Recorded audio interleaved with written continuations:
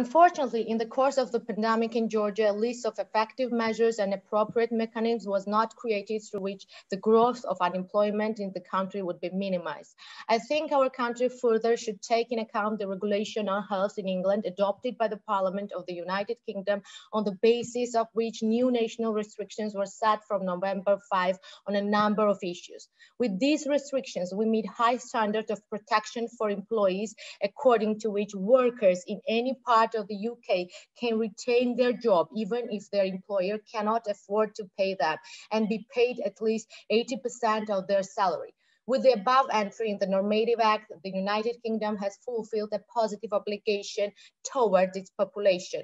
In regard to the budget of our country, it is of course difficult to take obligation of paying at least 80% of salary to workers in period of the force-majeure situation. However, our country was able to partially fulfill the basic obligations of the social state defined by the Constitution, and during the pandemic period was able to help with a minimum monthly amount to the employees left without salary. Why did I mention this topic and how it is linked to the judiciary? The answer is simple. The pandemic results are slowly affecting a not so small number of employees. In the near future, those people will apply to court who were dismissed from work by employers as if this dismissal was in accordance with the rules of labor court, given in Article 47 and 45. It is also noteworthy that most small businesses will cite on economic circumstances that led to the reduction of labor force as grounds of the termination of employment contract, and to prove it, they exactly will bring the reduced profit on the background of the pandemic. In my opinion, we should prepare our justice system exactly in this part.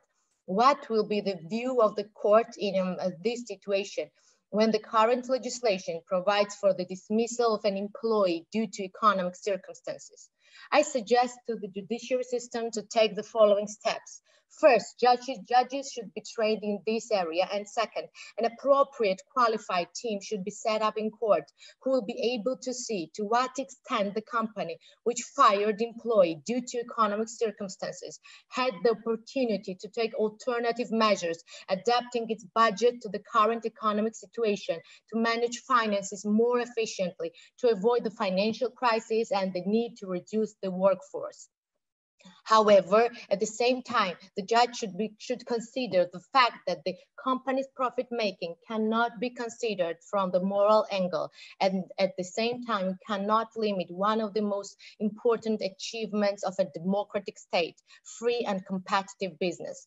In my opinion, in today's world, which is battling pandemic and watching the coming years with a fear, it would be good if we had an entry similar to the UK regulation in the Labour Code.